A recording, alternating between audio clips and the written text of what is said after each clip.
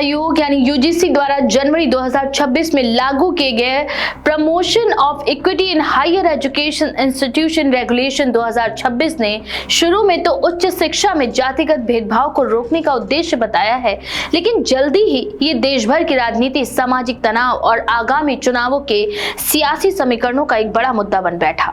इस विवाद ने न सिर्फ शिक्षा नीति की रूपरेखा को ही नहीं मोड़ा, बल्कि भाजपा सहित तमाम राष्ट्रीय दलों की रणनीतिक चुनौतियों को भी सामने ला दिया। 2026 नियमों का आधिकारिक लक्ष्य था कि विश्वविद्यालयों और महाविद्यालयों में जाति, धर्म, लिंग और दिव्यांगता के आधार पर भेदभाव के खिलाफ एक प्रभावी शिकायत तंत्र और इक्विटी कमेटी प्रणाली बनाई जाए। इन नियमों में सभी उच्च शिक्षा संस्थानों के लिए समावेशी इक्विटी कमेटियां, इक्विटी हेल्पलाइंस और त्वरित शिकायत निवारण फ्रेमवर्क की व्यवस्था शामिल थी, ताकि भेदभाव के मामलों को स्कूल कॉलेजेस के स्तर पर तेजी से निपटाया जा सके और समान अवसर सुनिश्चित हो सके। नियमों की भाषा और कुछ सैद्धांतिक प्रावधान विवाद का कारण बने। आलोचकों का कहना था कि नियमों में सामान्य श्रेणी यानी जनरल उच्च जाति के छात्रों के लिए स्पष्ट सुरक्षा प्रावधान नहीं है और नियमों को कथित अस्पष्ट प्रावधानों से उन्हें रिवर्स भेदभाव का सामना करना पड़ सकता है। उदाहरण के लिए कुछ समूहों ने कहा कि नियम केवल अनुसूचित जाति यानी एससी, अनुसूचित जनजाति एसटी और अन्य पिछड़ा वर्ग यानी ओबीसी के लिए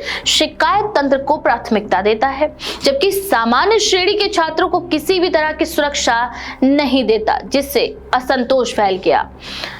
इस पर भी तीव्र प्रतिक्रियाएं उत्पन्न की, खासकर उत्तर प्रदेश, बिहार और मध्य प्रदेश जैसे प्रदेशों में, जहां सवर्ण समाज के कुछ संगठनों ने पूरे नियम का विरोध शुरू कर दिया।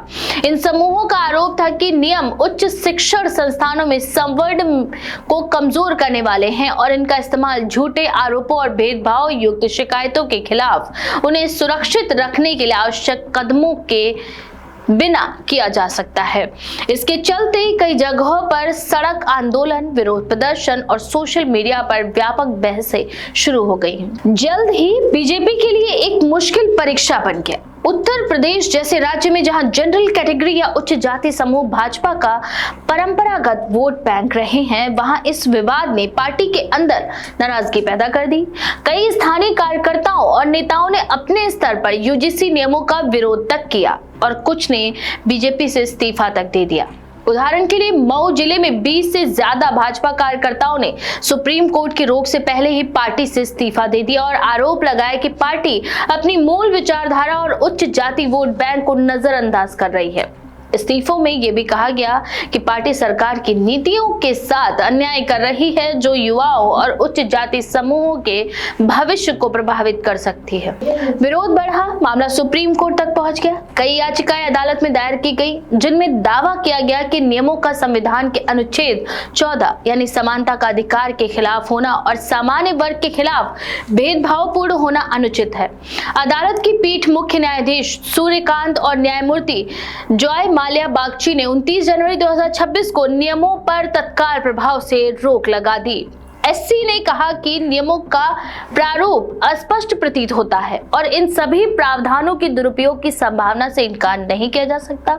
कोर्ट ने यह भी सवाल उठाया कि जब संविधान पहले से ही जातिगत भेदभाव के खिलाफ सुरक्षा प्रदान करता है, तो क्या ऐसे विस्तृत प्रावधानों की आवश्यकता है? अदालत ने कहा कि 19 मार्च 2026 को अगली सुनवाई में नियमों का व्यापक परीक्षण किया जाएगा। इस दौरान 2012 के पुराने नियमों को लागू रखा जाएगा। कोर्ट के इस स्टे आदेश ने राजनीतिक माहौल को और गर्म कर दिया। राजनीतिक दलों के रुख अलग अलग रहे। दूसरी ओर भाजपा के कई नेताओं ने इस फैसले का स्वागत किया, कहा कि सुप्रीम कोर्ट ने संवैधानिक विवेक और सामाजिक संतुलन को प्राथमिकता दी है। भाजपा सांसदों में से कुछ ने यह भी कहा कि देश में कानून और व्यवस्था को संविधान की धारा 14 व 15 के तहत ही चलाया जाएगा और नियमों के दुरुपयोग को किसी भी सूरत में अनुमति नहीं दी जाएगी। प्रधानमंत्री नरेंद्र मोदी और शिक्षा मंत्री धर्मेंद्र प्रधान ने स्पष्ट किया कि सरकार जातिगत भेदभाव को मिटाने के अपने इरादों पर कायम है, लेकिन सुप्रीम कोर्ट के दिशा निर्देशों का सम्मान किया जाएगा। फैसले का अपनी राजनीति के अनुरूप स्वागत किया गया। समाजवादी पार्टी यानी एसपी, बहुजन समाज पार्टी यानी बीएसपी और कांग्रेस जैसे दलों ने कहा कि सुप्रीम कोर्ट का निर्णय सामाजिक तनाव को कम करने और न्याय सुनिश्चित करने की दिशा में उचित है। बीएसपी अध्यक्ष मायावती ने विरोध को सवर्ण जातियों के विरुद्ध पूर्वाग्रह करार दिया और जनता से कहा कि नियमों का विरोध केवल जाति या भेदभावपूर्ण मानसिकता के कारण नहीं होना चाहिए। वहीं सपा प्रमुख अखिलेश यादव ने कहा कि न्याय तभी सच्चा होगा जब किसी के साथ अन्याय नहीं होगा और सुप्रीम कोर्ट ने इसी भावना को ध्यान में रखते हुए निर्णय दिया है। 2027 के विधानसभा चुनाव नजदीक हैं और बीजेपी के लिए ये चुनौती ये सुनिश्चित करना है कि वह जनरल यानी उच्च जाति वोट बैंक को संतुष्ट रखे, बिना अनुसूचित जाति, पिछड़ा वर्ग और अल्पसंख्यकों के समर्थन को भी खोए नहीं। कई विश्लेषकों का मानना है कि भाजपा ने नियमों की घोषणा संभवतः ओबीसी और अनुसूचित जाति समूहों को संकेत देने के लिए की होगी कि वह समानता और समावेशन की दिशा में गंभीर है, लेकिन इसके उलट इसका प्रभाव उच्च जाति समूहों में नाराजगी के रूप में उभरा, जिससे भाजपा की जातिगत राजनीति कठिनाई में पड़ गई। उसने भी सामने आया कि लगभग 64.8% लोगों ने इस मुद्दे को उच्च जाति विरोधी बताया, जो राजनीतिक संकट को और गहरा करता है। सर्वेक्षण के मुताबिक इस विवाद ने बीजेपी के कोर वोटर समूह के बीच असंतोष पैदा किया, जिससे आगामी चुनाव में पार्टी को रणनीति में बदलाव करना पड़ सकता है। संस्थानों में इक्विटी को मजबूत करने का उद्देश्य जहां समाज के लिए सकारात्मक था, वहीं इसके धारा निर्माण और लागू होने के तरीके ने गंभीर राजनीतिक और सामाजिक मतभेद पैदा किए हैं। सुप्रीम कोर्ट का स्टे, राजनीतिक दलों की प्रतिक्रियाएं, विरोध प्रदर्शन, इस्तीफों और चुनावी रणनीतियों ने यह स्पष्ट कर दिया है कि शिक्षा नीति अब केवल शिक्षा क्षेत्र तक सीमित नहीं है, बल्कि ये समाज और राजनीति के गहरे मुद्दों को उजागर करती है।